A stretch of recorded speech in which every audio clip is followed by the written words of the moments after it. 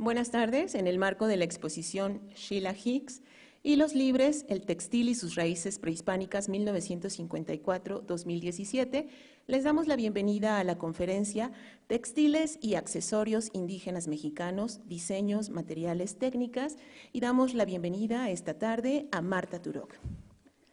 Marta Turok es antropóloga mexicana, fue directora del Centro de Investigación, Documentación e Información para la Enseñanza de la Artesanía de la Escuela de Artesanías del Instituto Nacional de Bellas Artes de México y curadora de la colección de arte popular de Ruth Lechuga dentro del Museo Franz Mayer. Es considerada la especialista en textiles tradicionales mexicanos más importante de México. Marta Turok ha escrito diversos libros y artículos relacionados al tema de las artesanías mexicanas, especialmente al de los textiles, entre los que podemos mencionar Cómo acercarse a la artesanía, publicado en 1988, Zarapes, publicado por Artes de México y del Mundo, y el libro El arte popular de Hidalgo, rituales, usos y creaciones. Bienvenida, Marta, muchas gracias por estar esta tarde con nosotros. Bienvenidos nuevamente todos ustedes, que disfruten esta conferencia y comenzamos. Bueno, pues yo, la petición, la solicitud era que yo hablara sobre el textil mexicano, pero viendo la obra de Sheila, metí ahí accesorios, ¿no? Porque sentí que hay esa faceta del trabajo de Sheila que quizás puede entenderse mejor abriendo un poco el espectro de esta tradición textil mexicana. Lo que voy a hacer es un poquito una cuestión histórica, un repaso histórico de nuestras raíces, que es cómo se ha conformado la indumentaria tradicional mexicana, mucho más la indígena, pero un poco la mestiza también, época prehispánica, época colonial, y hacia el 19 y 20, que es lo que vamos viendo que sucede, y al final algunas muestras de estos accesorios y acabados que pudieron haber sido parte de lo que captó, y color, porque yo creo que es forma, color y técnicas lo que pudieron haber influenciado e inspirado a Sheila. No se lo he preguntado, pero se lo tendré que preguntar de alguna manera. Tiene 80 y tantos años y tengo amigos mutuos, entonces pues algún día lo veremos. ¿Qué materiales había en la época prehispánica? Pues el algodón. El algodón era la materia prima más importante, tanto el blanco como el café, el coyuchi, la grana cochinilla, muy importante. Esto obviamente, bueno, hello, obviamente estamos ya hablando del Imperio Azteca, pero todos estos materiales se fueron descubriendo. Yo creo que una de las cosas más maravillosas del mundo textil es cómo el ser humano, pues ya no hablo del hombre, tenemos que ser políticamente correctos en género neutro, entonces el ser humano encuentra las características, todo, y lo logra, en muchos casos lo logra dominar, lo logra cultivar, que es el punto más alto cultural. Uno empieza recolectando, uno empieza experimentando, luego en algunas fibras hay un manejo de la fibra porque no está tan fácil cultivarlo, pero llegar a cultivar como es el algodón y la grana cochinilla es muy importante. Y en estas diversas láminas, Tlaxco, Cihuatlán, Tlaxco, que sería Taxco Guerrero, Cihuatlán, que sería la costa de Colima, y Tuxpan, que sería Tuxpan, Tuxpan, Jalisco, no, este es Tuxpan, Veracruz. Entonces podemos ver ya cómo están las rodelas, los trajes para los guerreros, la miel, todo esto es miel, estas son jícaras, chile, miren lo complejo de esta manta, serían huipiles, y ¿alguien sabe? Es el izote, no, este es el ixtle, el izote tiene otro glifo que lo determina, y estos son los pueblos que tenían que tributar, y arriba ponen cuánto tenían que tributar. cada 80 días generalmente.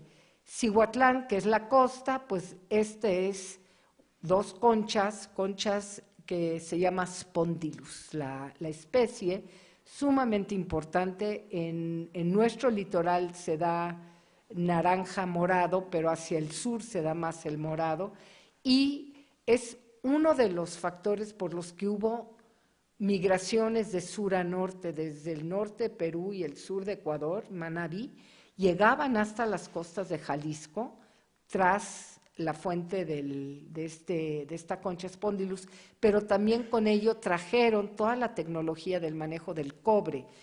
Por eso hay una relación entre los purépechas en su idioma y en aspectos culturales con los purépechas con estas culturas del sur.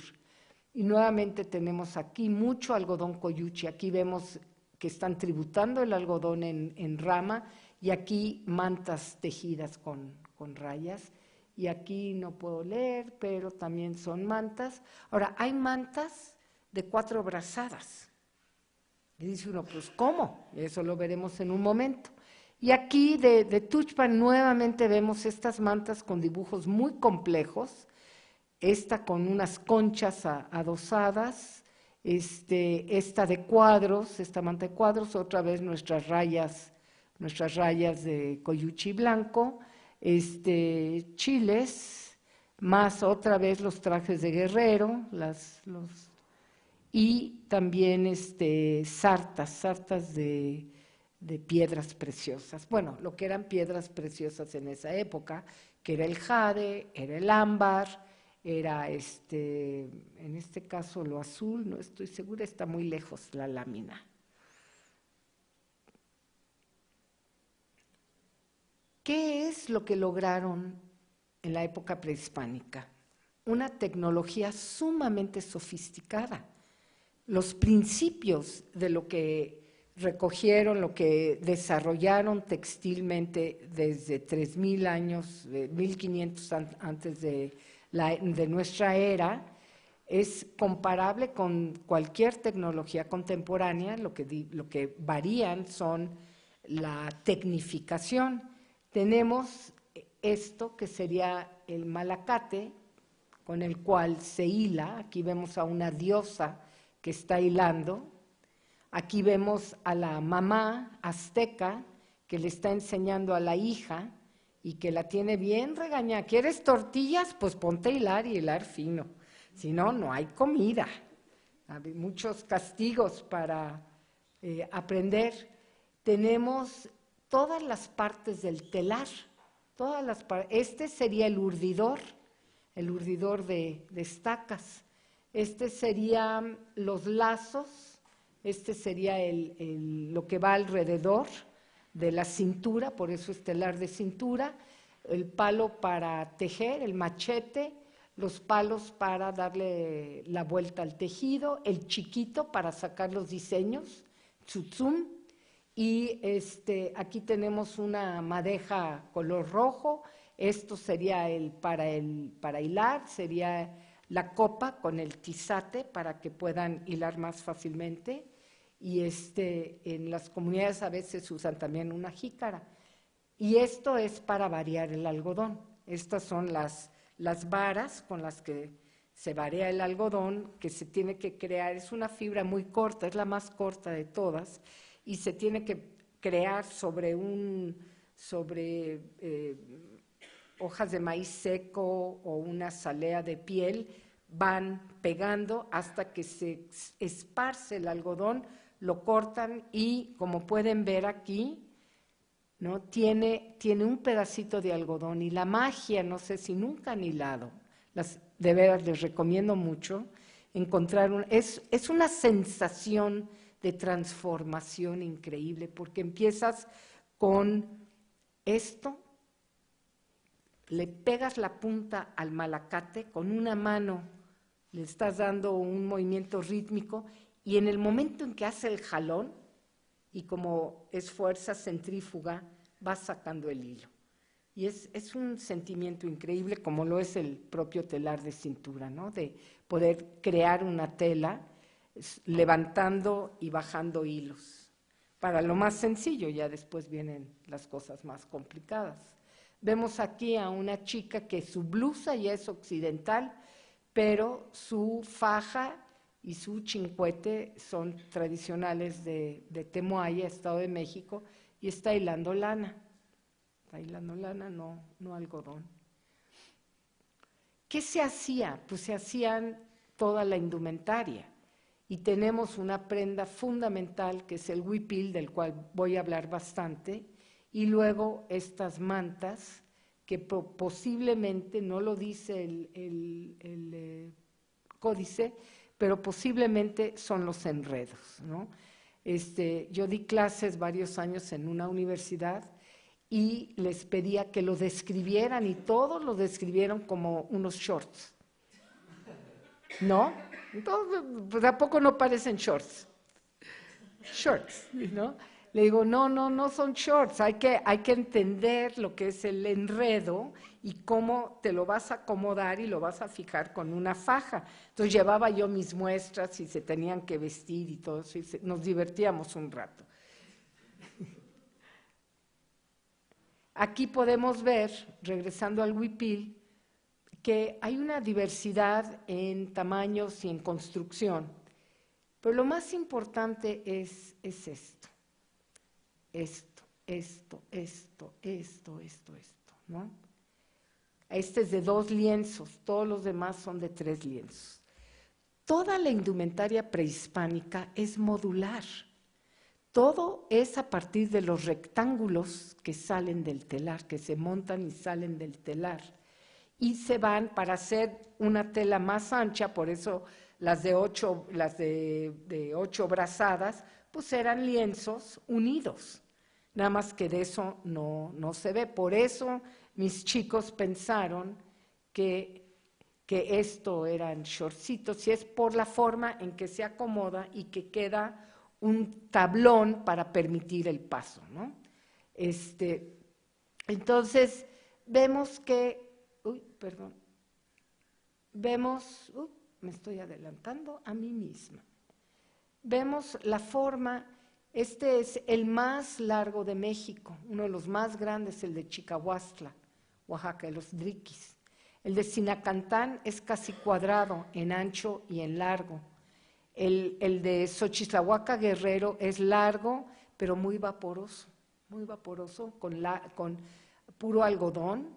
Este de Huazolotitlán, Oaxaca, es un algodón, pero más pesado. Y Alálac, que es muy conocido, con su trenzado y sus borlas. Y este de Huautla, que más bien es usando la técnica del bordado, ya hablaremos un poquito más. Estas 2 piezas me encantan porque el Golfo, la parte central de Veracruz, es un lugar donde tuvo un desarrollo textil impresionante. Este es un huipil muy ancho, tan ancho que lo está agarrando con sus manos. Claro, eran mujeres mucho más pequeñas, ¿no? Pero lo está agarrando con los brazos abiertos y sospechamos que estos son algo que sostienen para que se mueva ella. No tiene caída, este está ensamblado para que quede completamente extendido. Y miren su tocado de la cabeza también, es casi un sombrero, y las tiras de la tela que cuelgan.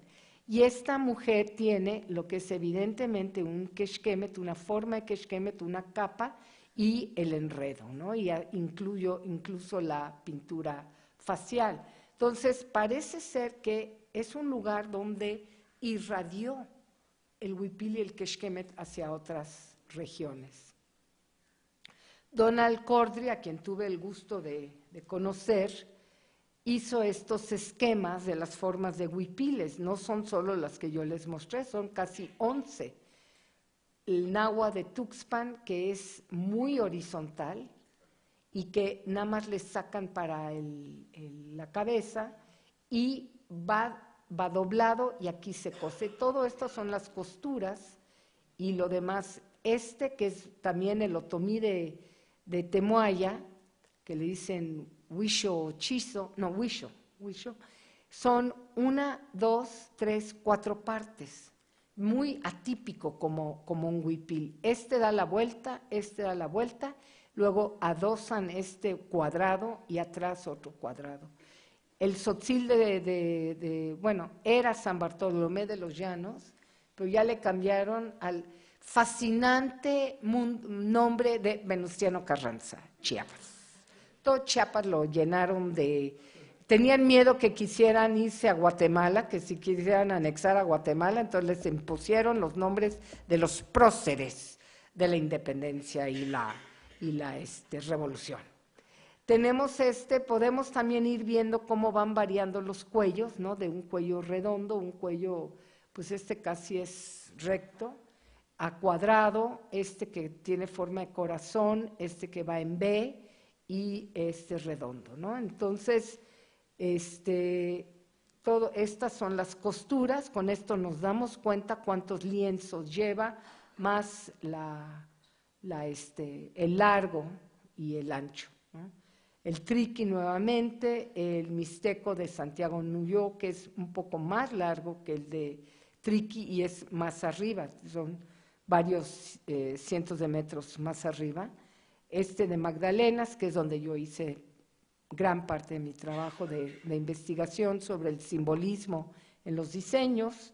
Y luego que es muy curioso porque es una tralla de Michoacán, ya se perdió como prenda, pero que aquí se metía la mano y luego daba la vuelta y a duras penas cubría los senos, porque eso no lo voy a tratar muy a detalle, pero sí lo voy a tratar, no se los voy a adelantar. Vamos a ver. Aquí vemos 3 formas de ensamblar un quexquemet. De arriba es como el que usan las mujeres huicholas, las huirrárica, que son 2 lienzos cuadrados, pero que al ponerlos en vertical se vuelve un rombo y van cosidos y nada más la última parte no la cierran y es muy elegante porque es como para adelante y para atrás, es un doblez muy bonito. Este es el clásico quexquemet, que son 2 lienzos del mismo tamaño que se van a juntar en un ángulo de 90 grados. Entonces, yo tengo mi lienzo largo, aquí le voy a coser y a la hora de darle la vuelta me da automáticamente la forma de coserlo atrás. No es natural, un huipil como que es natural, pero quexquemet implicó todo un manejo de forma y de encontrar la proporción correcta para que quede sobre los hombros. Una de las cosas que hacía con los alumnos era, pues hágalo primero en papel y luego lo hacemos en tela, porque si lo hacemos en tela y desperdiciamos, pues no, pero que agarraran esta cuestión de la proporción, que no puede quedar muy ancho y no puede quedar aquí, ¿no? Como en el cogote, y se divirtieron mucho sacando y es otra manera muy curiosa, que hay pocos de este tipo 3, donde se forman con 2 telas en L, se doblan y da la misma forma, pero no tiene la complejidad de esta construcción. Y estos son los enredos, los famosos enredos, donde cada cultura ha desarrollado cuántos pliegues van para adelante o en los casos donde van pliegos para atrás, y todas estas se van a sostener con una faja. Asesoré una tesis de una chica que se concentró en la indumentaria prehispánica, empezó analizando a Sahagún, fuimos al Museo de Antropología y nos llamó la atención que no siempre habían fajas, o por lo menos no quedaba clara la faja en la forma de piedra o en barro, pero sabemos a través de la indumentaria indígena que la faja es lo que sostiene todo esto, ¿no? Toda esta belleza de posibilidades que hay. ¿Y los hombres? ¿Cómo vestían los hombres? Bueno, pues eran 2 prendas básicas, aunque también hay culturas que tuvieron una faldilla, que es el maxtlatl, que luego le dicen taparrabos. Y yo digo, no, taparrabo no. A lo mejor braguero, si queremos un término, ¿no? Las tapas las bragas, pero tapar el rabo es como muy discriminatorio, ¿no creen ustedes? No hay un buen término, no hay una buena traducción al español, entonces pues usemos mashtlatl, que es el que es, y la tilma, ¿no? La tilma que era, estaba muy regulada la tilma, esta tilma era con el azul, el añil era exclusiva del tlatoani. Y esta también, esta con las bandas, también era un noble, pero no era tan larga, no podía ser tan larga, él tenía la tilma más larga, los guerreros y los sacerdotes podían usar el rojo y era un poquito más, no tan larga, pero esta con los tenesio, los ojitos, era muy importante esta prenda y los vemos con siempre agarrando un ramo de flores. Hay una exposición que se acaba de inaugurar en el Museo Nacional de Antropología, una exposición temporal sobre la flor en la cultura mexicana, que les recomiendo ir. Todavía no sale el catálogo, yo creo que fui la última en entregar su artículo y pues habrá catálogo, afortunadamente. Me esperaron, me tuvieron muchísima paciencia, se los agradezco mucho.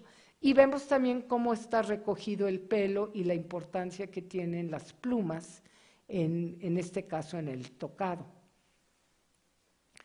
Y los tlaxcaltecas, que estaban peleados a muerte, los tlaxcaltecas con los aztecas, pues no cantan mal las rancheras, ¿verdad? También tienen su tilma, nada más que se la están poniendo sobre el hombro, pero es muy, muy interesante cómo aquí hay un medallón, que lo vamos a ver en los zarapes posteriormente, y también las bandas, ¿no? También en las bandas, y nuevamente están cargando cosas, y estos caites con talonera que vamos a encontrar hasta en Chiapas. La indumentaria de guerra es muy interesante también. Bueno, este es un personaje impresionante, tiene piel de probablemente auténtica piel de jaguar o de ocelote, está pintado en cacaxtla, que les queda a ustedes muy cerquita. Seguramente es lo que le protege, hecho de algodón, y está pintado de negro, ¿no? Está pintado de negro y con faldón de jaguar, está representando al dios de la guerra, a Huitzilopochtli. Y aquí tenemos a otros dos que vamos a encontrar muchísimo, que son el hombre águila. Aquí está su máscara, aquí está su rostro, incluso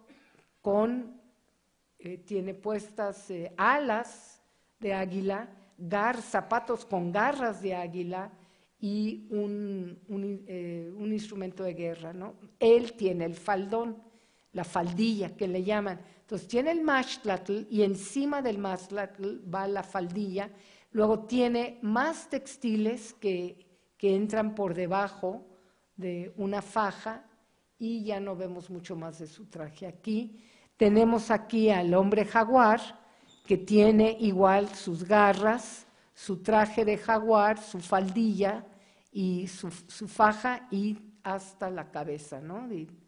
Aló, aló, ¿dónde estás? Bueno, por ahí anda su máscara y su rostro. Ah, no, es que el rostro se borró, y un artefacto de guerra, seguramente sus,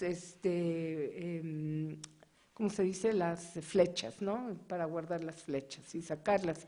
Entonces, generalmente el traje guerrero es lo que llamaríamos un jumpsuit, es de una sola pieza. Y es la única pieza de toda la indumentaria prehispánica con corte y confección. Toda la demás es, como les digo, es modular. La conquista, ¿qué sucede con la conquista?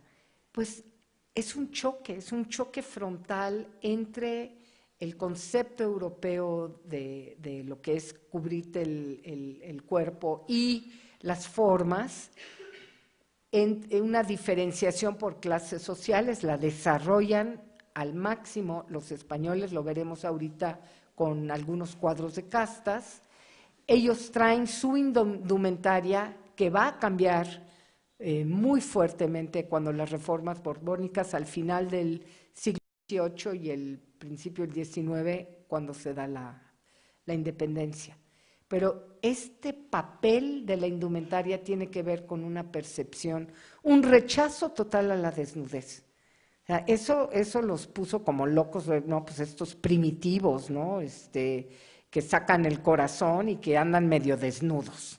También las mujeres generalmente andaban en sus casas con los senos al aire libre y se cubrían cuando salían de su casa, o en ceremonias, pero los senos no eran lo que veían los españoles y lo que vemos hoy en día. No tenían esa función asexuada, sexual, sino que era natural amamantar a los niños y andar especialmente en lugares calurosos con los senos, ¿no? Y también se usó la indumentaria para calificar y mantener las diferencias. Ahora, van a haber influencias europeas y asiáticas. Hay cosas que llegan desde Asia, como llega de Europa. Se dan las ordenanzas, a través de las ordenanzas, que son decretos, se marcan las diferencias y las castas, ahorita platicaremos de esto, y luego hacia el 18 ya empieza a haber, incluso desde el 17 con Sigüenza y Góngora, ya empieza a haber un sentido de que sí somos españoles, pero no, porque además los españoles no estaban reconociendo a los criollos, no tenían los mismos derechos. El criollo es el español, el hijo de españoles nacido en América, nacido en la Nueva España, y no podían ejercer todas las profesiones y no podían tener los puestos públicos más importantes. Y entonces, por un lado, reconocen a la madre patria y por el otro lado, ¿y nosotros qué? ¿Y nosotros cuándo? Y son ellos los que realmente promueven la independencia de México, los criollos. Y es en este momento, entre el 17 y el 18, el rebozo y el zarape se convierten en un elemento de indumentaria sumamente importante porque es el surgimiento de una identidad novohispana. Somos y no somos, y tenemos lo propio. Y hay una influencia, estos elementos van a ir influyendo en la indumentaria indígena durante el siglo XIX. Una vez cuando se da la independencia, hay una serie de acomodos importantes. Pues no sé, yo creo que digo algo que todo el mundo sabe, pero si no lo saben. La materia prima más importante que llegó es la lana, las ovejas. Transformaron, fue una revolución completa a la indumentaria. ¿Qué usaban antes para abrigarse? Plumas plumas y pieles, ¿no? Pieles. Pero las pieles para ponerse realmente eran de las tribus del norte, los apaches y todo esto. No lo vemos en un sentido y probablemente los guerreros, pero la indumentaria en el desarrollo de una cultura prehispánica era lo tejido y las formas, ¿no? Entonces llega la seda, aunque hay indicios de seda prehispánica, seda de madroño o seda de otro árbol que ahorita se me fue, discúlpenme. ¿Y qué traen? Hilos, telas y listones, y los listones enloquecen a las mujeres indígenas, o sea, daban mucho a cambio de tener listones. El cáñamo yo le puse signo de interrogación, pero realmente sí hay un cáñamo americano y hay un cáñamo europeo, hay dos. Y lo sabemos hoy en día con toda la cuestión de la marihuana medicinal y la marihuana recreativa. La medicinal viene de la planta nativa de América del Norte y la recreativa es la europea.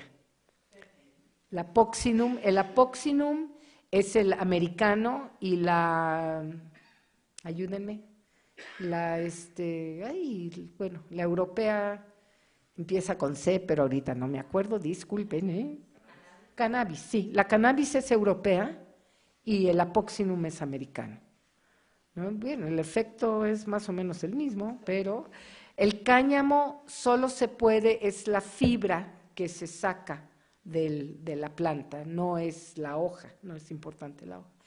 Lo otro que volvió loquísimos a los queridos americanos fueron la Shakira y los abalorios, ese brillo que tenía, y por eso está el dicho, ¿no? Que les dieron cuentas de vidrio por oro, ¿no? El oro no tenía el mismo valor, y ven esto, que brilla y que es chiquito y que pueden hacer muchas cosas, y entonces sí, toma mi oro, pero vengan las cuentas de vidrio, ¿no? Es algo que les atrajo mucho. Y junto con esto también las técnicas, ¿no? Una de las cosas, una hipótesis que tengo cuando veo algunas piezas antiguas de los huicholes, de los wixárika, pero más que nada hacia el norte, los, ¿quién tiene los paipai? No. Los kikapús, que tienen un pectoral, pero en términos de grupos mexicanos, no, el navajo no usa un pectoral como las mujeres kikapús. Yo creo que el antecedente fueron las conchas, que son las conchas las que fueron sustituidas por la Shakira. Y hay canastas con conchas finísimas de las Californias. Y eso se ha perdido, los wixárika luego a veces le cuelgan conchas a su pectoral, ¿no? Lo otro que llegaron fueron las tijeras y las agujas metálicas. Habían agujas en algunos lugares de cobre, por ejemplo, más desarrollado en Sudamérica que acá en Mesoamérica. Llega una tecnología, llega el último grito de la moda textil, de la tecnología textil. Esta tecnología se desarrolla por ahí del siglo XII o XIII. Lo que nosotros vemos cuando vamos a un pueblo, a una comunidad o un taller con esta tecnología, ¿cuántos años tiene? Del siglo XIII para el XXI. 800 años, y nuestra tecnología prehispánica 1500 años, ¿no? Entonces, para mí es increíble que toda la tecnología, tanto esta colonial como la prehispánica, sigue siendo vigente y sigue siendo muy lógica. Es decir, aquí se logran telas más anchas, ¿no? Y se automatiza la parte de los pies y lo que levanta y baja los lisos, ¿no? Lo que permite pares a nones, nones a pares. La redina evidentemente va a superar por creces el malacate prehispánico, y esto también ayuda, y lo que no hay es un buen urdidor, y el urdidor de tambor que permite justamente urdir 25 a 100 metros de tela. Entonces tienes más largo, más ancho, más largo. Pero hay una cosa que este telar no hace, que es lo que le da tanta importancia al telar de cintura: textura. Lo aplana, no tiene esa textura que tiene el telar de cintura y que hacen maravillas. Bueno, vamos ahorita un poco con la cuestión de las castas. Teníamos, ¿cuál fue el primer mestizaje? El español con la indígena. Entonces es el mestizo. No me sé los nombres de todas las castas, me van a disculpar, pero se van dando todas estas combinaciones de unos con otros, más. Hay cuadros con 36 castas, hay cuadros hasta de 52 castas, pero históricamente son un enigma. Los historiadores no han podido encontrar en documentos oficiales los nombres de las castas. Casi todos son cuadros que estaban en iglesias y que registraban en las actas de nacimiento la casta, ¿no? Pero no se sabe cómo se da. El clímax de las castas es el siglo XVII y XVIII, más bien 18, 1711 son los primeros cuadros de castas, y ya para cerca de la independencia hay una abolición de las castas, Y vamos viendo aquí, lo interesante de esto que también nos habla de los oficios, en qué oficios se desarrollan. Vemos aquí que ya hay un rebozo, aquí ya aparece un rebozo, ella no, ella tiene un huipil transparente, casi transparente, ¿no? O sea, aquí ya está el rebozo, ahorita vemos, se ve que también las mujeres tienen una falda con pretina y una blusa armada. Ahorita vamos a hablar un poco más de esto. De morisca y español albino, ¿no? Que pues ya salía blanquito, entonces ya era albino. Vemos nuevamente una falda amplia y una blusa con algo de mangas. Aquí también nuevamente está vendiendo cosas, está vendiendo telas y listones. Otra vez una indígena, que es Dan Chino. Está el negro, el de Chino mulata da Albarazado, ¿no? Y así nos podemos ir. Ahora, ¿qué es lo que sucede en la indumentaria? Los indígenas logran privilegios con el rey. Entonces, dicen, las únicas que pueden usar huipil son las indígenas. Las españolas usaban la mantilla y usaban la indumentaria europea. ¿Y qué pasa con todas las castas intermedias? Con las negras, con todos estos mestizajes de los negros, pues desarrollan su propia indumentaria que se va volviendo sumamente importante en la identidad novohispana. El rebozo surge de las castas, no de las indígenas y no de las españolas. ¿Por qué? Porque tenían que entrar a la iglesia con la cabeza tapada. Entonces la española entraba con la mantilla y la indígena con lo que llamaron paño de sol, que les impusieron los frailes, pero que era un rectángulo muy grande de 2 lienzos unidos y que le llegaba casi a las rodillas, ¿no? Era pero blanco, no con decoración. Entonces, pues habemos varios ahí en una competencia muy amigable, tratando de descubrir el origen del rebozo. Una de nuestras compañeras, Amalia, anda ahorita en Filipinas en busca del origen. Se fue hace unos años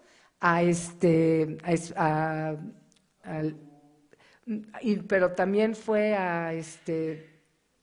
el archivo de Indias. Me dice, no encontré en el archivo de Indias información. O sea, se fue a España y me dijo que ahí no encontró mucho, ¿no? Entonces, bueno, ella, Alejandro de Ávila, yo, ¿quién más estamos?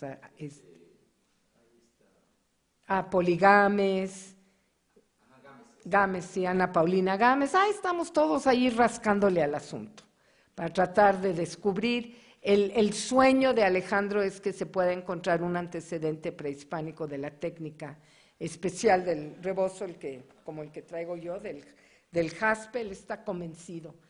Bueno, aquí lo que vemos son los hacendados criollos. Bueno, ya es después de la independencia, y vemos el zarape y la manta, ¿no? Y las botas que no es la bota de hoy, todavía no estaba formada la bota, cubría el pie y abajo tenían otra cosita ahí, pero ya vemos este zarape.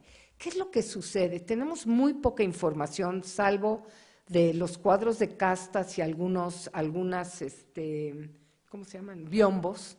Tenemos imágenes de indumentaria, pero los españoles no dejaban entrar a los extranjeros. Se les metió Tomás Gage porque era fraile y además era espía y lo medio cachan. Y habían frailes de diferentes países de Europa, que eso falta rascarle un poco qué influencias tuvieron en la indumentaria, de dónde venían estos frailes y cómo impactaron en la indumentaria. Pero el asunto es que el gran detalle del zarape no lo tenemos hasta el siglo XIX, cuando llegan los pintores y los litógrafos. Es cuando te das cuenta de la importancia que tiene la prenda Este es uno de mis cuadros favoritos, es de un mexicano, de Primitivo Miranda, está en el Museo de Historia, en el Castillo de Chapultepec. ¿Y quiénes están en primer plano? La China y este zarape exquisito, y esta mujer con su rebozo, su blusa europea y su falda que es en 3 partes, es la pretina, esta parte que le va a ceñir el cuerpo, la cadera, y luego lo que le cuelga, y el fondo que sale, ¿no? Que nosotros lo conocemos como el traje de la China poblana, pero es más que la China poblana, ¿no? Es una forma europea una adaptación ya hecha novohispana por las castas. Recuerdan que Madame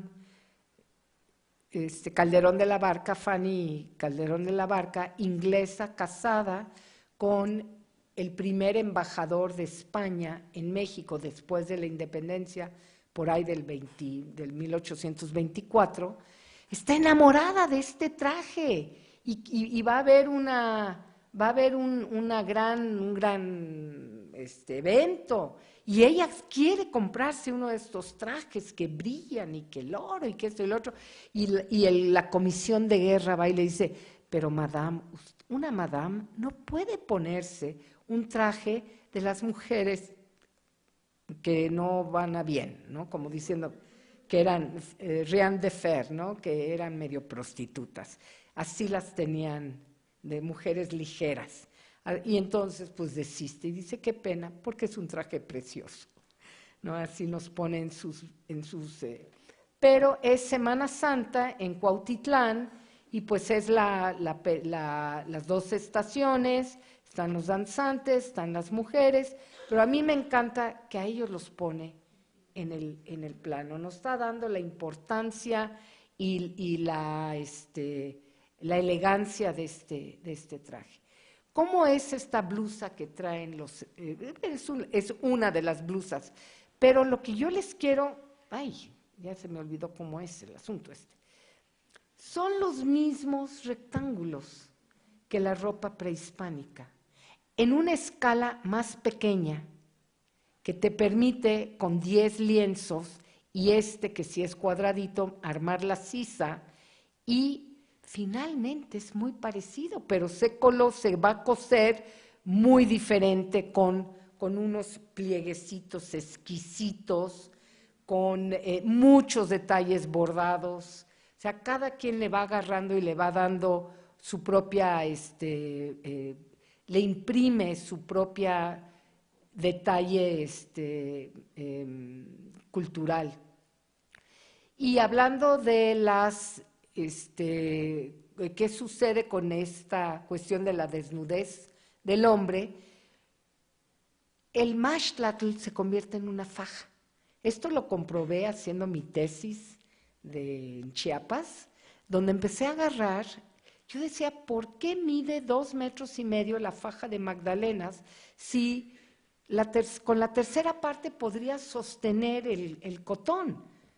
Y entonces dije, ay, a lo mejor es una supervivencia el mashtlatl.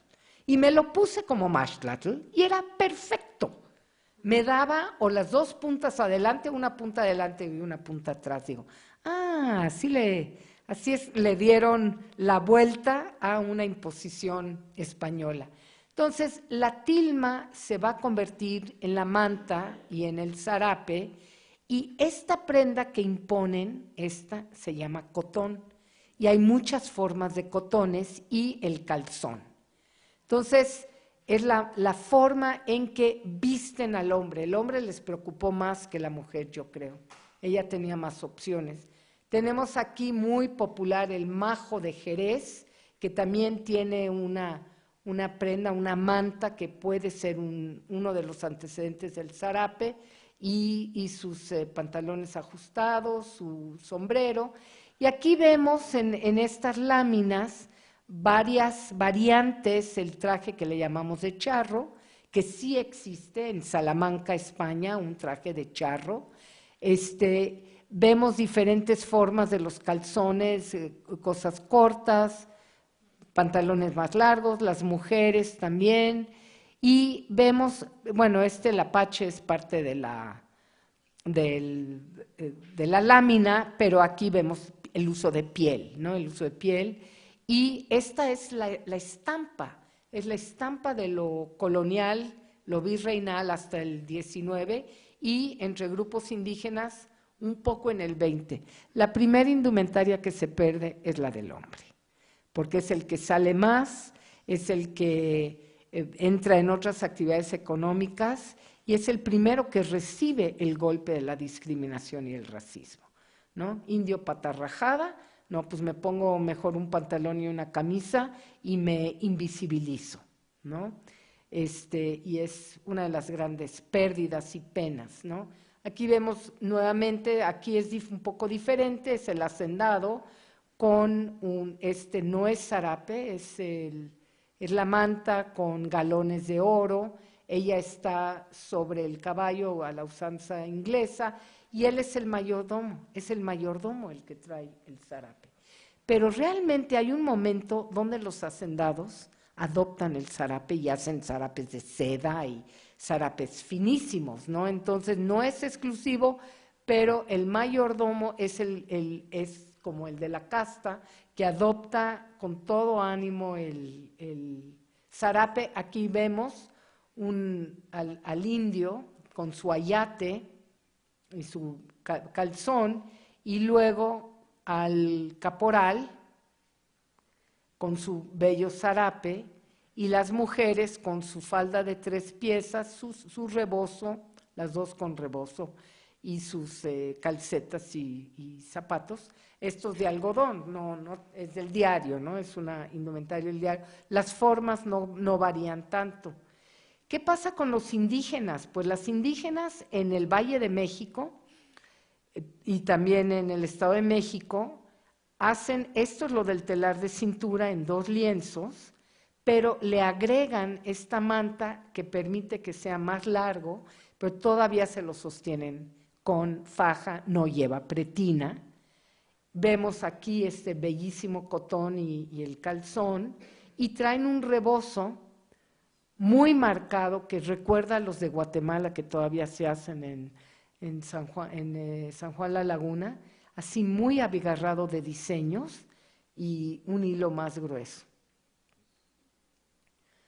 Aquí una escena del 19, donde aquí trae el puñal, este es el gendarme, no sabemos si ella anda con él, pero la está galanteando, ¿verdad? Hay que pensar, la está galanteando y ya, vámonos, pa' pronto, ¿no?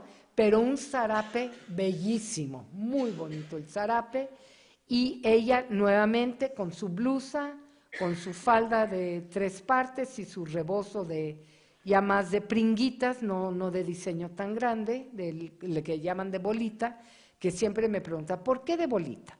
Digo, pues hay varias razones, varias explicaciones. Uno es porque en la tercera parte del siglo XVIII, del XIX, empieza a llegar un algodón muy fino de Inglaterra que venía en bolitas, como venden ahora en una cajita de 12, te venden para hacer crochet, así venía el algodón para los rebozos finos, y la otra bolita es el efecto que da el diseño de jaspe, sin tanto, no le dirían de bolita, pero el que es de pringuitas, ¿no? Y trae además puesto esto de seda, que es como una mascada, que tiene su nombre, ayúdame, Ray. Discúlpenme, pero ando en un tratamiento y está afectando, mi cabeza parece teflón. No todo se pega, pero ahí estamos. Y bueno, aquí vemos un zarape similar al que él trae, ¿no? Y el siglo XX ve una construcción de identidad ya como el charro, es Rincón Gallardo, Carlos Rincón Gallardo, ellos eran de Aguascalientes, el segundo marqués de Guadalupe, el que impulsa a la charrería ya como un deporte nacional, con la indumentaria que incluye el zarape, ¿no? Este zarape, por ejemplo, este se empieza a hacer cuando llega Maximiliano. Maximiliano lo que trae, bueno, los franceses que acompañan a Maximiliano ya traen hilos teñidos con anilinas. Recuerden que la anilina se descubre por ahí de 1857, en los años que él está. Entonces traen estos hilos de muchos colores, matizados, y la forma del zarape no cambia, pero este rombo, por ejemplo, no lo vamos a encontrar en los zarapes tempranos, lo vamos a encontrar en estos de mediados del 19. Y aquí pues vemos un poquito el bordado, una blusa un poco diferente, con raso, y la Secretaría de Educación Pública decide que tiene que buscar los elementos de identidad que nos pueden unir a todos. Y son ellos los que asocian al charro y la china poblana. En el 19, la primera vez que los juntan, y alrededor del baile del jarabe tapatío. La china poblana no tenía mucho que ver con el jarabe tapatío. Pero bueno, todo en nombre de la unidad nacional. Entonces, este se vuelve el traje del mestizo, ¿no? Y luego tenemos al tarasco que se pierde, el varón tarasco y la mujer tehuana, exótica y bella, ¿no? Y estas eran los 4 elementos: el charro, la china, el tarasco o purépecha y la tehuana. Y esta es la primera, es la más antigua referencia que se tiene de la tehuana, que es del Linati, de 1826, creo, está Linati. Él trae la litografía a México y se ve que es una tela de cuadros. Este es Covarrubias. Covarrubias, que fue una persona con una inteligencia hacia la evolución de los estilos. Lo hace, él realmente describe el arte olmeca a través de los estudios de estilísticos, ¿no? Y él dice, bueno, tenemos al enredo y el quexquemet, y tenemos el huipil y el enredo, y dice, bueno, el traje de tehuana evoluciona de esto y se vuelve un huipil más cortito. Bueno, posiblemente siempre fue corto, por el calor que hace en la zona. Luego se hace un poquito más largo, se alarga, y tenemos a la viejita, a las mijes, con su enredo y su huipil cortito, y él está ahí entre el 38 y el 40, y le toca ver la llegada de la falda compretina, la falda más amplia, ¿no? No, perdón, desde el 1900 está, pero se desarrolla más en 1940 cuando él está ahí. Y luego también, como era el puerto de Salina Cruz, pues llegan hilos de oro, galones, y hay una parte muy especial. Además, él se pone a pensar, bueno, pero ¿qué onda con esas manguitas del huipil de tapar, de las tehuanas, ¿no? Que hay un mito local que dice que se encontraron la prenda que llegó en el mar, que a lo mejor era una forma de casulla de iglesia, pero tampoco lo es, y estas manguitas son fingidas, estas mangas no sirven, nada más cuelgan, pero lo más interesante es que es una prenda transformer, se transforma. Ahorita van a ver más detalle. Si tú tomas el cuello con su encaje muy bien con apresto, ¿no? Y te lo pones así, lo único que ves es tu cara. Y esta es la forma ritual para entrar a la iglesia con las velas. Pues si tú agarras la parte de abajo y te la pones hacia atrás, te van a colgar, te va a colgar todo este encaje, y las mangas fingidas te van a colgar atrás, y parece como en los sus, ¿no? Parece un gran tocado. Es increíble cómo se pudo desarrollar esto. Aquí vemos principios del 20, la vemos con esto para atrás y ellas van a presentar las velas. Es una foto de Ruth Lechuga muy linda, porque todas ven para atrás y ella voltea a ver la cámara, ¿no? Pero van a la presentación a la iglesia de las velas. Y aquí esta foto que se tomó de la que sirvió de modelo para el antiguo billete de 10 pesos, fue una mujer en cuerpo y alma, ¿no? Ahora, me voy a enfocar un poco en este traje, en este mapa que hizo Clotilde Schonduve en los 60s, porque esta es la síntesis de la historia de la indumentaria indígena. Vamos a ver, por ejemplo, lo que es más de origen prehispánico, aquí, el huipil y el enredo de Yalalag. Hacia la zona mazateca no la voy a tocar, es huipil y es enredo, pero tiene otras diferencias, las mazatecas también. Esto es totalmente español, es una blusa de manga larga y una falda con pretina en una zona muy fría de la Mije. Otra vez también Mijes con su blusa europea y su falda europea, aquí también. Luego combinación, también es huipil, estas son mijes, aquí están nuestras tehuanas, están los guaves, mijes también, y vamos bajando, es ya una combinación, Cotzocón es indígena, esta es la blusita, es Valles, esta es la de Jutla, y la del Valle de Oaxaca, que también es la blusa, con la falda ya sin la faja. Esta es la, ¿cómo se llama? La que baila la chilena, las de Juquila. Estos son los chontales de la costa. Pinotepat, bueno, todos los mixtecos de la costa, el hombre con la indumentaria ya impuesta por los españoles y la mujer más indígena, aquí sin cubrirse los senos, toda esta zona, ¿no? Y las amuzgas.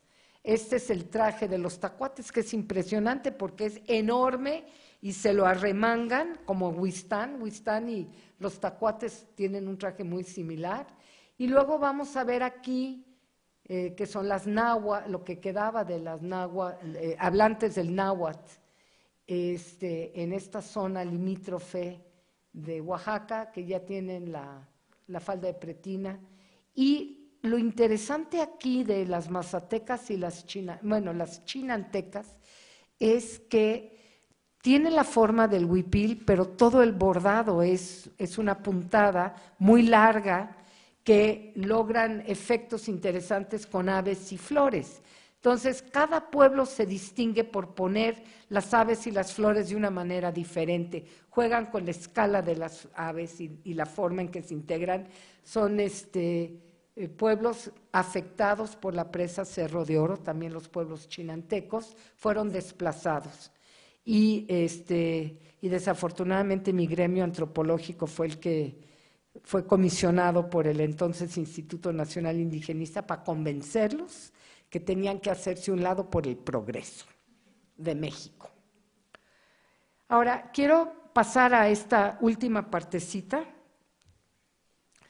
sobre accesorios acabados y colorido y posiblemente parte de la inspiración de nuestra homenajeada de Sheila Hicks. Si nosotros vemos, este es un huipil chinanteco, y vemos las randas de unión en su proporción, en su colorido, pero lo pongo horizontal, como son muchas de las obras de Sheila, yo veo cómo alguien se pudo haber inspirado tanto en colores como en la forma, ¿no? No tanto en la iconografía. Yo no veo en Sheila la iconografía, veo cosas más abstractas. Este otro también es chinanteco, también tenemos otros colores. Aquí lo vemos como es en vertical y aquí lo vemos si lo ponemos en horizontal. Aquí vemos a una triqui donde lo que ella tiene, a la hora de tejer, mete estas rayas gruesas, rojas. Aunque ya está un poco usado, aquí cuelgan listones. Y dependiendo de los colores de los listones, es una soltera o una casada. Entonces, la indumentaria en casi todas las comunidades indígenas te va transmitiendo muchos mensajes. Si es niña, si es joven, si es soltera, si es casada, si es viuda incluso, lo llega a dar. Si es mayordoma, es una indumentaria ceremonial que tiene más trabajo, más valor, y entonces es como un mapa. En la región la gente sabe leer o sabía leerlo y podía ver si se podían acercar los muchachos a galantear o si no debían hacerlo. Y tenemos también el telar de cintura, está tejiendo, esta mujer debe ser de la zona de Putla, de la Triquimedia, porque esto es el tipo de textil comercial que hacen, muy diferente a su huipil de uso. En color vemos nuevamente mucho rojo, mucho azul, algo de rosa con esta preciosa jovencita. Vemos el movimiento de las guaves, de las mareñas, caminando, corriendo en las dunas que tienen. Es otra forma de ver la indumentaria y captar un poco las formas y el movimiento. Aquí tenemos los tocados que son de lana y que implican un procesamiento, un proceso de afelpado para lograr este efecto, y luego se lo llevan, y esto de las transparencias y la faja, ¿no? Igual aquí vemos mucho rojo y blanco, trae un rebozo parecido al mío, pero creo que es de La Piedad, Michoacán, porque debe ser articela por las puntas. Pero vemos aquí, y aquí del pelo tiene un tocado que también puede servir de inspiración.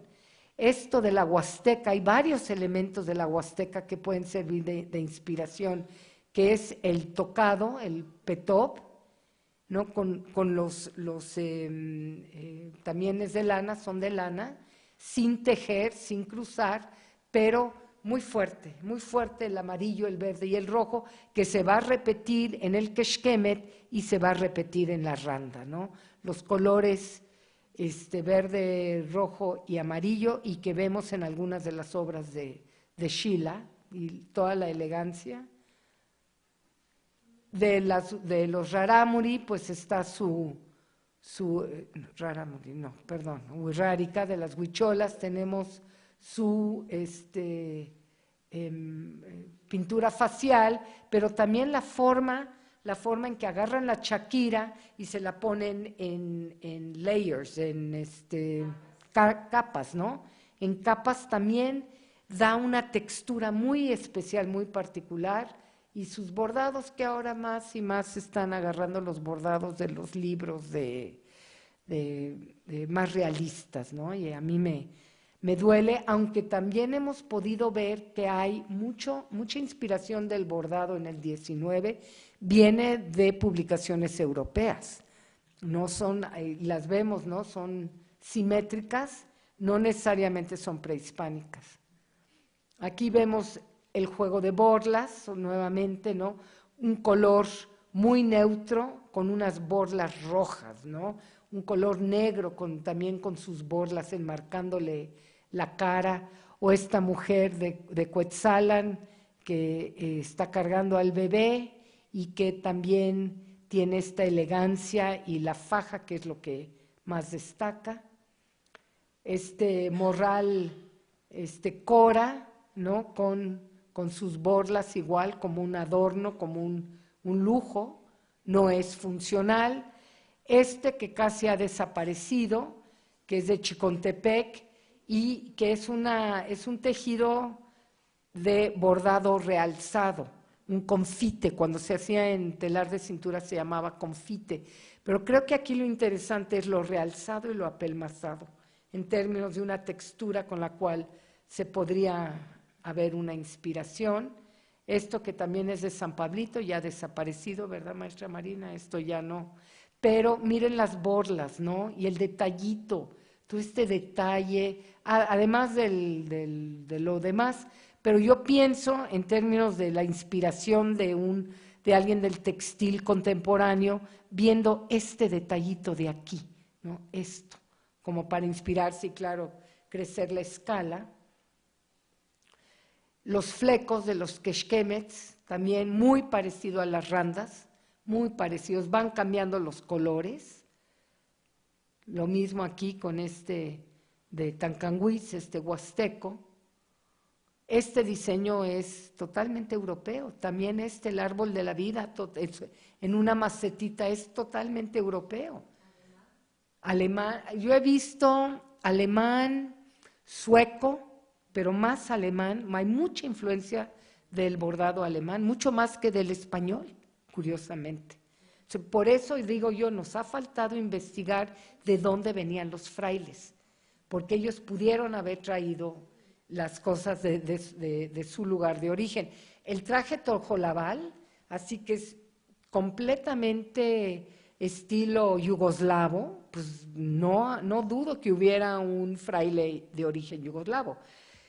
Hace unos años vino la reina Margarita de Dinamarca a honrar a un príncipe danés que fue el único de los únicos que no se convirtieron al luteranismo, que se quedó como católico, entonces se tuvo que ir y decidió ser franciscano. Y acaba en la zona de Tarecuato y todavía está enterrada en Pátzcuaro y Tarecuato y es motivo de adoración de los purépechas por la entrega que él tuvo. Aquí vemos flecos de otra manera, flecos muy largos, que también vamos a encontrar como una inspiración de Temascalcingo, Mazahua. Y ahora nos vamos a los tlacoyales. Yo creo que los tlacoyales rara vez los tocamos cuando hacemos nuestras pláticas de trajes, no hablamos. Y el tlacoyal es una gran riqueza.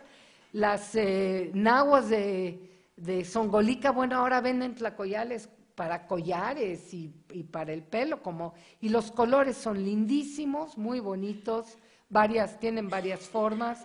Esta también, que es de chamula, que es un trenzado, pero vemos la obra parte de la obra de Sheila y tienen, si no trenzados, sí las tiras tejidas, ¿no? Muy, muy largas, en otra proporción, y las borlas. Estas también, esto que es el amarre, ¿no? Bueno, estas están más trenzadas, pero yo lo que quería era, regresamos, lo que quería y no encontré fue algo, esta parte de aquí, ¿no? La gran pieza que está ahí al centro es puro amarre, y es como una centena, no sé, 50 de estos en una escala enorme, donde va haciendo los amarres, y estas que también ya desaparecieron. Ay, maestra, mi mamá tuvo una tienda artesanal y tuvo mucho trato con San Pablito, y mi hermano y yo nos dedicamos a destruir todo. Yo digo, pero ¿cómo? Y mi mamá no nos regañaba y no nos castigaba, fue demasiado complacente. Nada más tengo las borlas y ya no tiene sus rollos de Shakira ensartada, y lloro un poquito. Pero bueno, aquí también, esta es la parte, esta parte de la lana que va enrollada, que son varios hilos, ¿no? Y bueno, pues de ahí pasamos aquí a nuestra querida Sheila, ¿no? Donde vemos esto, que el color sale, un poquito de color sale, una parte amarrada y otra parte donde jaló y abrió la fibra. Esta, que es lo que les digo, que para mí es totalmente tipo tlacoyal, jugando con colores y a lo mejor tlacoyal y randas, ¿no? Que le pudieron haber servido de inspiración. Borla, esto de lo que les acabo de enseñar de San Pablito, ¿no? Donde hay una parte delgada y otra parte gruesa. Aquí nuevamente y colores fuertes, claro, como artista contemporánea pues le va a poner otros colores más tenues, ¿no? Va a jugar con neutros y con fuertes, ¿no? Y y pues con eso terminamos la plática.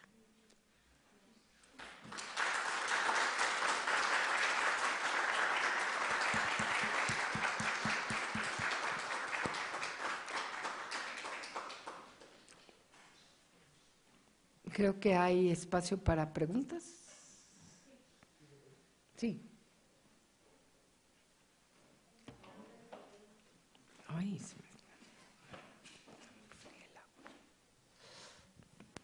Bueno, antes que nada, gracias Marta, como siempre, por compartirnos todos tus saberes y de venir a Puebla. Siempre eres bien recibida. Gracias. Ya lo sabes. Quería preguntarte específicamente, tuve la oportunidad de estar en México, ahí en el Palacio Nacional, para ver la exposición de los Mixtecos, y ves que al final prestó unas piezas Lila Downs, y hay un pozahuanco que tiene, hablando de accesorios, tenía bordaditos unos caracolitos y unas cosas más. No sé si lo viste, el pozahuanco que estaba hasta el final. Y quería preguntarte si hay evidencia. Vi también el pozahuanco que prestaste para la exposición de Rojo ahí Sí. en Bellas Artes. Bueno, pero ese no, nada más estaba. Ese es del Valle de Oaxaca, no es de la costa. Exacto. El que prestamos era del Valle. No, entonces. De Ocotlán. Al de Ocotlán, no, sí. Sí. Entonces, más bien el que prestó Héctor del Museo Textil de Oaxaca, ese sí era pozahuanco. No, pero te quería preguntar si hay evidencia de que hayan tenido este tipo de aplicaciones en los textiles, así de poner caracolitos, y a lo mejor, pues chaquiras no, porque no había, obviamente, pero a lo mejor cuentitas de jade pequeñitas o huesitos o algo que estuviera como una aplicación en alguna de las diferentes prendas mesoamericanas. ¿Tienes? Bueno, está la coraza de Tula, que es una coraza de cientos de piezas de spondylus ensartadas, pero es una túnica de pura concha, es una de las obras maestras, es de Tula y siglo XI, XII, donde no es un pectoral completo, de diferentes tamaños, y le cuelgan caracoles, ¿cómo se llaman? Verticales, estos redondos. Ajá. Entonces, sí, ahí sí, pero es de hombre. De mujer, yo no sé, yo creo que fue una idea de mi querida Lila. Ah, sí, porque cuando lo vi me sorprendí y dije, ay, nunca había visto un pozahuanco y seguramente a lo mejor les pidió que se los pusieran o ella los mandó a poner en otro lado. Entonces sí me sorprendió. Vamos a preguntarle a Lila. Ok, gracias. ¿Inspiración o investigación? Gracias.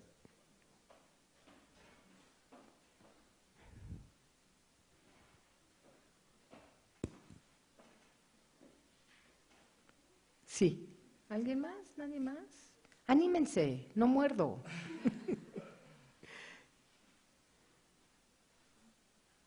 Sí. Bueno, hablando sobre la muestra que hacía del traje de Tehuana, muestra sobre todo la evolución desde mediados del siglo XX en los bordados y esto. Pero aquí en Puebla, por ejemplo, apenas ya tiene como un año en el barroco, mostraron mantones de Manila. Y en muchos libros dice que gran parte de los bordados de Tehuana tienen influencia en el mantón de Manila. Entonces, más o menos, ¿en qué año o siglo comienzan a hacer el bordado específicamente en ese traje?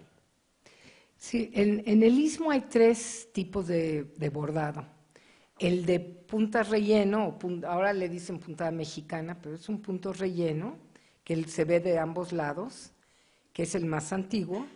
El de la máquina, el de la maquinita, la de cadenilla, que llega con la Singer a finales del 19 y que las cuidan, que todavía se usa y todavía es muy popular. Yo les conseguí el dato de unas máquinas de cadenilla que usan en Bangladesh y Pakistán, pero cuestan $2,000. No, nos quedamos con nuestras maquinitas estas del brazo alto y nada más los cuidamos. Y luego, cuando llega Covarrubias, él reporta una nueva técnica que es el de piquete con la aguja más fina de crochet, que si no la amarran por atrás se va, que es ahorita la técnica más usual. Se está perdiendo la del bordado.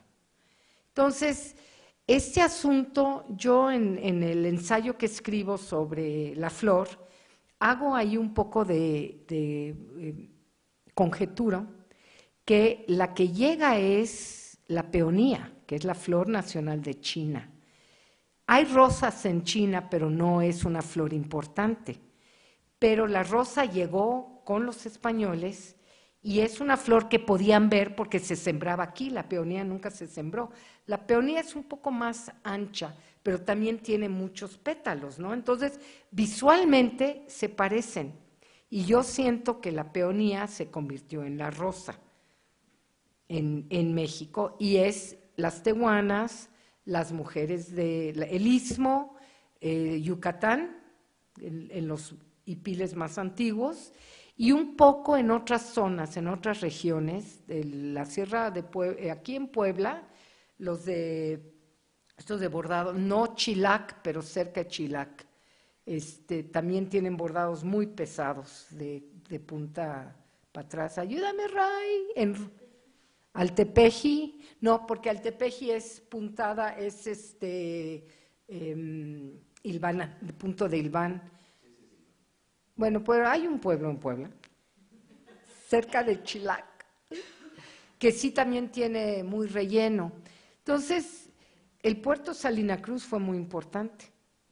Y por ahí, y hay una época donde se ponen mantones de Manila negros, es lo que le gustaba a las mujeres del Istmo, no el multicolor.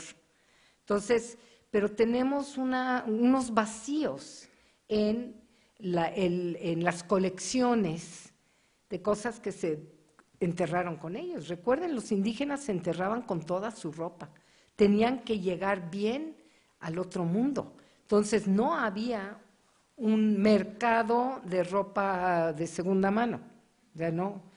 Ahora en Sinacantán, bueno, tú puedes conseguir lo que quieras con todo este bordado a máquina que se ha desarrollado, porque es tan rápido, cada 6 meses lo cambian, entonces pues ya puedes conseguir súper tápalos y enredos y jercaíles, y todas las etapas, además, ¿no? Cada 6 meses hay una moda que ni Milán. O ahí van con Milán, ¿no? De que cada 6 meses hay que, porque es una cosa de prestigio. Pero regresando a tu pregunta, sí es probable que haya una influencia, muy probable, pero aplicado a otra prenda. O sea, la prenda del mantón se pierde. Y el macramé del mantón dicen nuestras maestras, que esa es la base del fleco del rebozo. Pero ese fleco es agregado, no es parte. El mantón como tal es un gran cuadrado de 80 por 80 centímetros y le agregan. ¿De dónde viene ese fleco? No sabemos. No se sabe. Esperemos que Amalia lo descubra. Porque no está en la indumentaria de España y no está en la indumentaria tradicional asiática. Entonces, algo sucede ahí en el tiempo. Entonces, sí se pueden haber influenciado, pero lo aplicaron a su indumentaria, a su huipil y su enredo. Bueno, no el enredo, sino a la falda con pretina, que es otro asunto. La falda con pretina entra hasta muy tarde. Entonces, ¿a qué horas llegó y pasó por ahí el mantón? Entonces, yo pienso, y parte de la investigación que estoy haciendo con el rebozo, hay que ir del presente hacia atrás, cuando tenemos todavía más fresca la información de qué llegó y quién vio y todo esto, para tratar de irnos lo más atrás que sea posible, ¿no? Porque de pronto hay un hueco de 100 años y dices, ¿y qué pasó en estos 100 años? Que no es cualquier cosa, son 5 generaciones. Gracias. ¿Alguien más?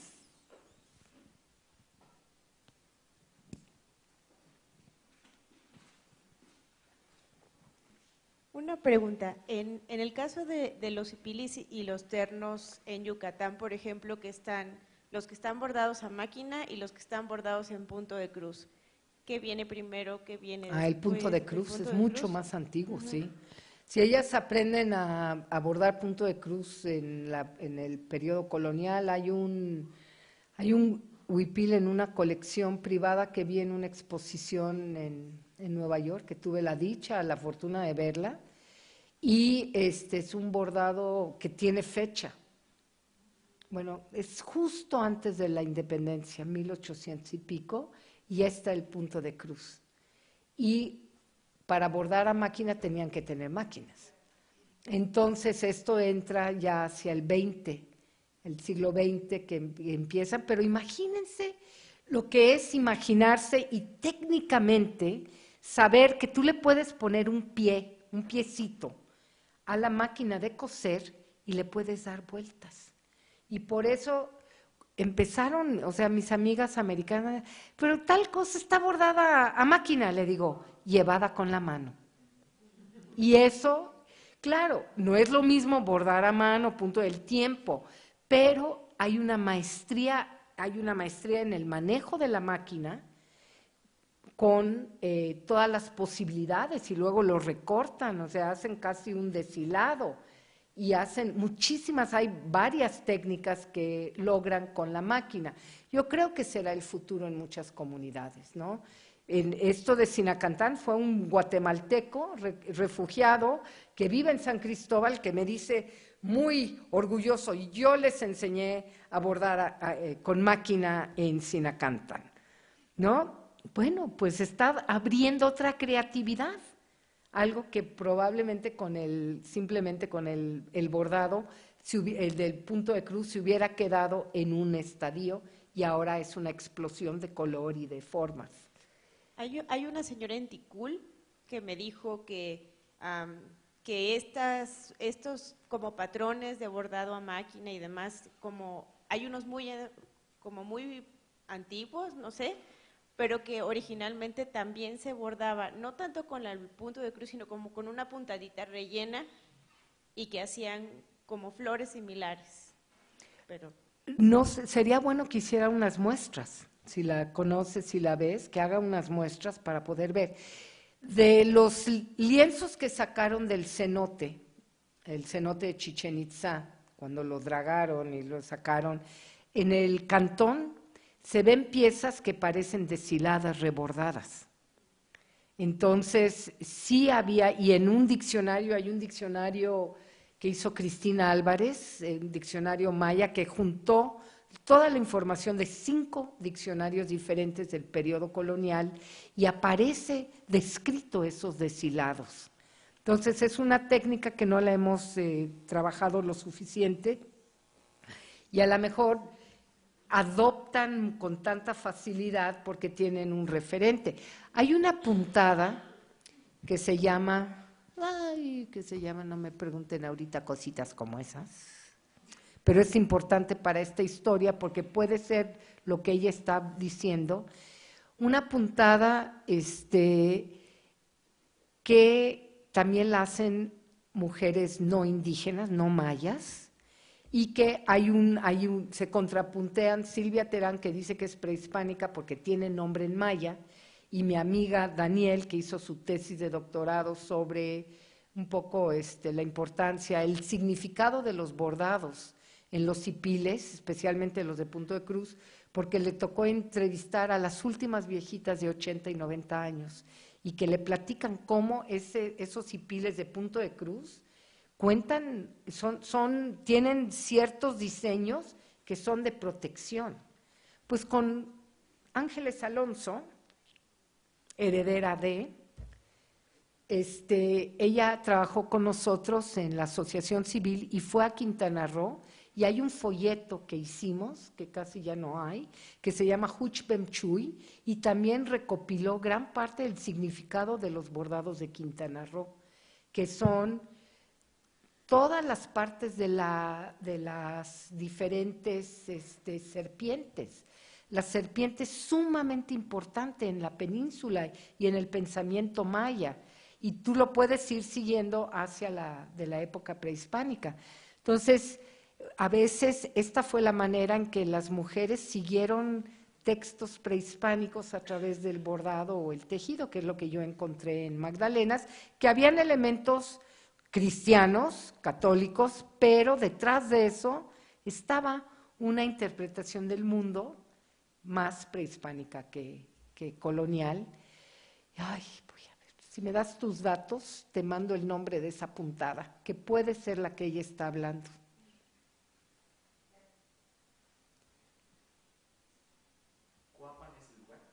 Sí, gracias por tu memoria. Porque, ay, sí, es una blusa roja con blanco y el bordado es súper pesado y recuerda mucho al bordado del mantón de Manila, pero en técnica, no en iconografía. Sí, es que sabía que era con C, pero no me acordaba de lo demás.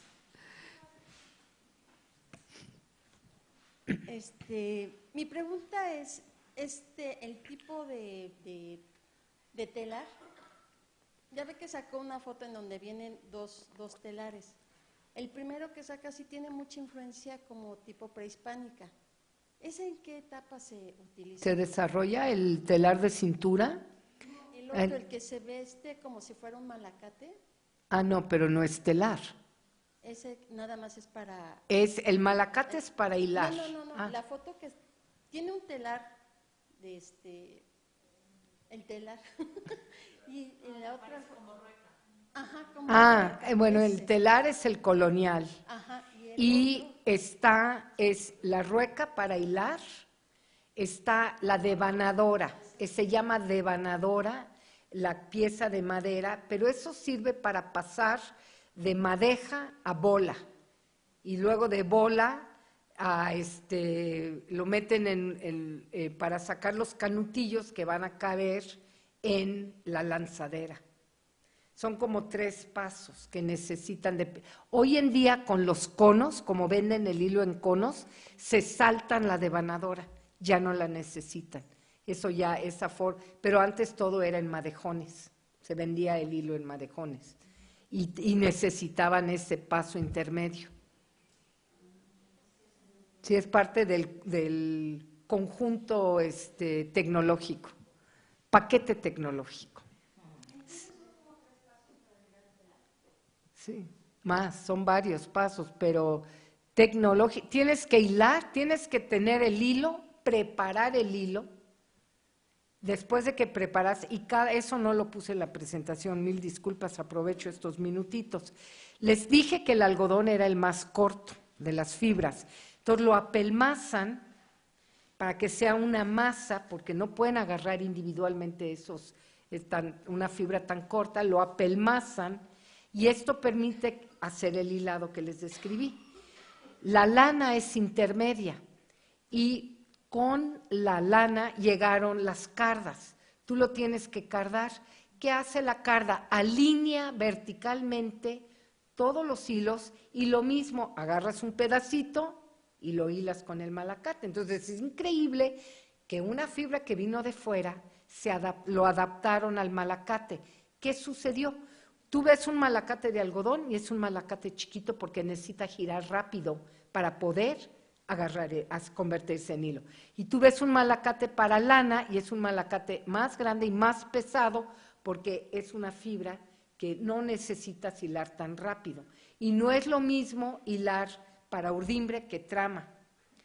El urdimbre tiene que tener más aguante y además le echan atole, siempre las indígenas, para darle más fuerza.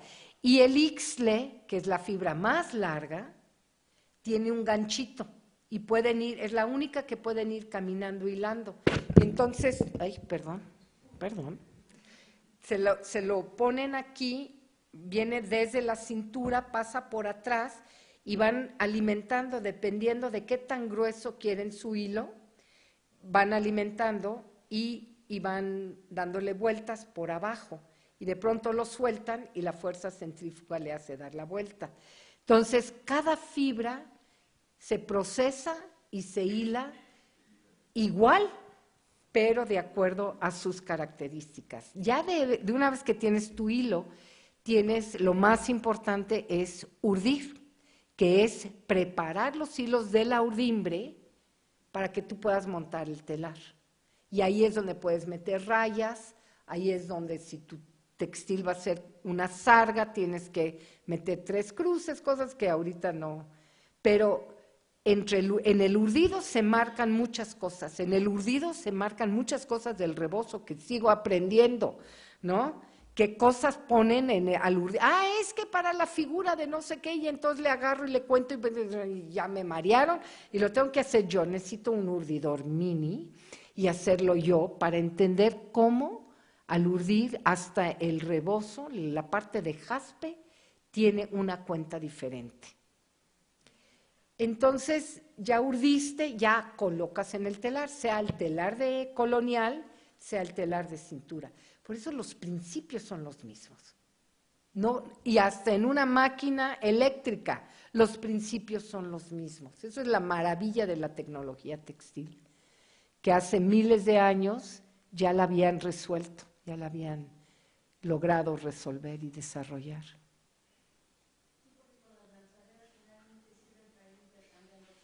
Sí. Darle la forma, darle la figura o darle el realce, como decía, ¿no? Sí. Unos son planos, pero hay otros que tienen una, como Hoy no, tridimensionales, este es ¿no? bordado, sí, hoy no. Sí, porque le hacen el confite, las de la Reinsar y las que ya se perdieron, bueno, que creo que están rescatando el confite de San Pablito, maestra, que es que no jalas el hilo completamente, sino que le dejas o le sacas con una espina o con el del venado, el cuernito de venado, le sacas, pero con una perfección increíble porque parece tapete persa, ¿no? Muy bonito, es una de las variantes de las técnicas. Sí.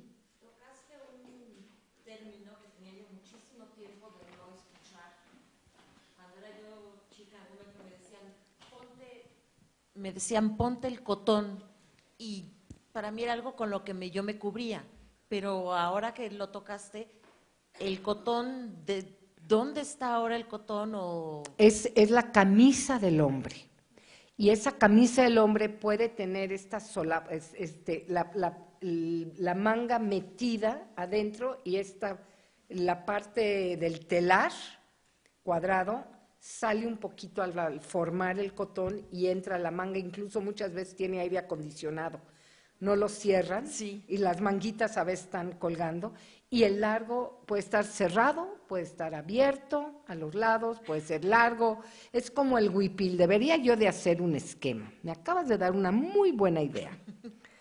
Las formas de los cotones y las formas de los calzones. Porque yo recuerdo que de niña me daba frío y me decía, papá, ponte el cotón. Ay, ¿y eres poblana? ¿Eres de...? Mi papá es de Tuxpan, Veracruz, y mi mamá es poblana. Entonces era una combinación curiosa. ¿Y sí cómo era? ¿Era una manta o sí era una prenda? Para mí el cotón era, ¿qué te diré? Te podría decir que sería como como un chal, que me pusiera yo encima un chal, o que me pusiera un... Sin forma. Exactamente, el cotón podría... Pues es la primera vez, más bien es al revés, es la primera vez que escucho la palabra cotón para una prenda que sería una manta, ¿no? Más que un cotón. Yo el cotón inmediatamente lo asocio con estas formas. De hecho, para mí, ahorita pensando, recordando, el cotón sería como una especie de zarape de lana, con un agujero forma de jorongo. Exactamente, que te manta, ponías, que te metías por la cabeza y estaba abierto por los lados, como una especie de poncho. Sí, poncho. El poncho realmente es más sudamericano. Sí. Y el jorongo y el zarape y frazada. Ya investigué algo del zarape, y la palabra más antigua que encuentro es fresada con Z, fresada. Sí. De pronto empieza a aparecer frazada o manta, por eso la manta jerezana y las mantas que no tenían hoyo, eran más envolventes. Y la palabra zarape, la primer referencia que tenemos del zarape, palabra zarape, la tenía una americana, Catherine Jenkins, como 1777, pero un investigador mexicano que se metió a los archivos en Zacatecas encontró la palabra zarape 1711. Le dije, Hugo, acabas de echar atrás 60 años la palabra zarape, pero esa palabra puede ser jarapa, zarapao, porque hubieron portugueses en esa parte, en el norte, que vinieron con los, ya después, ¿no? Ya hacia más adelante. Entonces, no, yo lo que creo es que es más antiguo en la zona centro estos otros términos, pero nunca cotón para eso. Ahora que haciendo memoria, escuchándote y repensándome, según yo, el cotón fue un regalo de Navidad que nos hicieron uno de mis tíos, que sería como una especie de zarape o una mantita hecha de lana con el agujero para meter por la cabeza, que incluso todavía tengo el mío y el de mi hermano, claro, ya me quedan chiquititos, con sus, que tienen sus borlas que cuelgan y son de lana. Y sí recuerdo que decíamos, tengo frío, ponte el cotón. ¿Tú, Ray, has oído cotón para...? Yo te iba a preguntar que no creo que esté inspirado en los jicolis de hombre. Ah, ¿también? Que, ¿no? Porque claro. que era ese corte, Sí. que no es tilma, es un jicoli. Sí. Yo pienso que, bueno, pero para el mí... jicoli a veces está cerrado. El cerrado, y- exacto, sí, porque cuando ves los dibujos prehispánicos, Claro. pues la tilma sí está abierta y con muchas Sí. formas de ponerse, pero el jicoli, yo Sí. creo que ese sí era la prenda prehispánica y que yo, bueno, por eso te preguntaba si tú sabías algo más de que tal vez inspirado en ese jicoli pudieron haber utilizado la palabra cotón, porque para mí cotón nunca estuvo asociado completamente como dice ella, como con un lienzo así largo, Sí. sino siempre algo que se ponía y que incluso podía estar abierto, pero se cerraba y daba la impresión sin las mangas de que te ponías algo para calentarte el pecho y no forzosamente con mangas. Entonces yo también llegué a utilizar, mis padres son de Tlaxcala y vamos por cotones a Santana. Íbamos Ah, no, por bueno, entonces cotones la a que Santana. está fuera Y- de la historia soy yo, me tengo que poner al corriente. No, y abrir, entonces sí es un término. Sí, y no lleva mangas, el que te digo yo no era Ujú. mangas. no llevaba como, lleva entonces por mangas. eso creo que es Acaba más. aquí, sí. Exactamente, Sí, entonces sí, sí. yo creo que está más Entonces asociado hay cotón con una con mangas y prenda de, cotón sin ajá, mangas. de hombre Cotón y sin yo mangas. creo Sí. más Jicoli, asociado sí. al jicoli, yo creo. Sí, hay una prenda, está la que está cerrada, o sea, está cerrada atrás y abierta adelante, la cotorina, ¿no? Que puede ser parte de la misma derivación familia de… Ahí atrás. Pues básicamente es como igual, recordando el uso de ciertas palabras. Por ejemplo, mis padres, mis abuelos son de la Mixteca poblana y efectivamente el cotón lo ocupan en este mismo sentido, ¿no? Para esta especie de manga, ¿no? Que se utiliza, y la cotorina es un abrigo más de lana que se utiliza en temporada de frío. Entonces esas palabras igual aquí en Puebla. Muy bien. Me voy a actualizar. Para la próxima no me vuelve a pasar. Les agradezco mucho su breviario cultural, basado en su memoria, que yo creo que es lo bonito de cómo una presentación te puede remitir y buscar y lo que la conferencista no dijo. Se puede agregar para la próxima. Así es, así se hará. Otra pregunta, pero ya trayéndonos al siglo XX. ¿Usted sabe si fue como una iniciativa federal o algo así el hecho de que Ramón Valdiosera estuviera trabajando en varios trajes regionales? Porque en Tabasco se ha hablado mucho de que Valdiosera hizo el traje que se usa ahora, pero por iniciativa de Rico de los Llanos, pero sé que por ahí hay otros que también diseñó él. Entonces, ¿esto fue como Tabasco. una cosa federal? Sí. Yo lo conocí ya en los últimos años de su vida y después de que Ana Elena Malet hizo la gran exposición en el bosque de Chapultepec, en la Casa del Lago, hizo una preciosa exposición. Y viendo la exposición me di cuenta que él se colgó mucho de los programas de gobierno para desarrollar sus ideas. El que lo impulsó mucho fue Miguel Alemán y lo llevó por todo el mundo, pero no tuvo pedidos. O sea, presentó y se inspiró en el Quexquémet, hizo unas cosas muy interesantes él, pero sí, los trajes regionales fueron por encargo, y todos eran la misma idea, ¿no? Que era la falda con pretina y luego algo arriba y luego se metió mucho a estampados y a pintado a mano. Entonces, algunos de estos trajes regionales, Baja California y otros lugares, son como más escenográficos. Hay mucha escenografía en esas propuestas, ¿no? Que no quiero decir folclórico porque la palabra folclórica está muy me causa problemas. A mí me causa problemas. Ay, Marta, tú tan típica y tan folclórica, ¿no? Porque siempre voy a traer cosas hechas a mano, ¿no? Y estuvimos en un evento en Toronto de una exposición que hizo Chloe Seyer, invitó a un muy reconocido historiador del arte que trae un rollo ahí de la influencia de Frida en la clase media mexicana y las académicas, y todas queremos ser Fridas, ¿no? Y yo un poquito, pues yo antes de que me metiera en Frida, yo ya era típica y folclórica, porque tengo un profundo respeto y sé hacer algunas de las técnicas. Bordar no sé, pero sí sé tejer en telar de cintura, y eso no me hace una Frida wannabe, ¿no? Sí me indignó un poquito que nos vieran así de esa manera, y no pueden pensar que es una convicción, ¿no? Y es un gusto y una convicción. Entonces, la pregunta otra vez, porque me perdí en la respuesta. Era justo esto, si había sido como un impulso sí, federal. de don Ramón, sí, yo creo que sí, porque se lo encargaban los gobiernos de estado para crear sus trajes.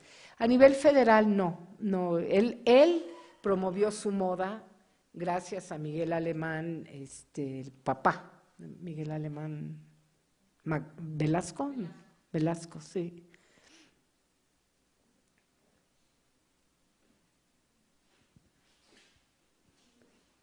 Nada más, ya. Pues agradecemos nuevamente a Marta Turok por esta maravillosa conferencia y a todos ustedes por asistir. Les recordamos que la exposición de Sheila Hicks concluye el 2 de abril, así que si no la han visto, aprovechen estos últimos días para visitarla. Y buenas noches a todos. Marta, mil gracias nuevamente por a asistir. ustedes por la invitación. Vine con todo y mi cangurerita. Con canguro, sí, en medio del tratamiento es la primera. No, fui a Toronto a mediados de abril, a mediados de enero, imagínense. Yo veía el clima, ¿no? Y era menos 22 y decía, ay, ¿será que voy? No voy, yo tengo que ir, tengo un compromiso. Pero llegué a Toronto con menos 11 nada más.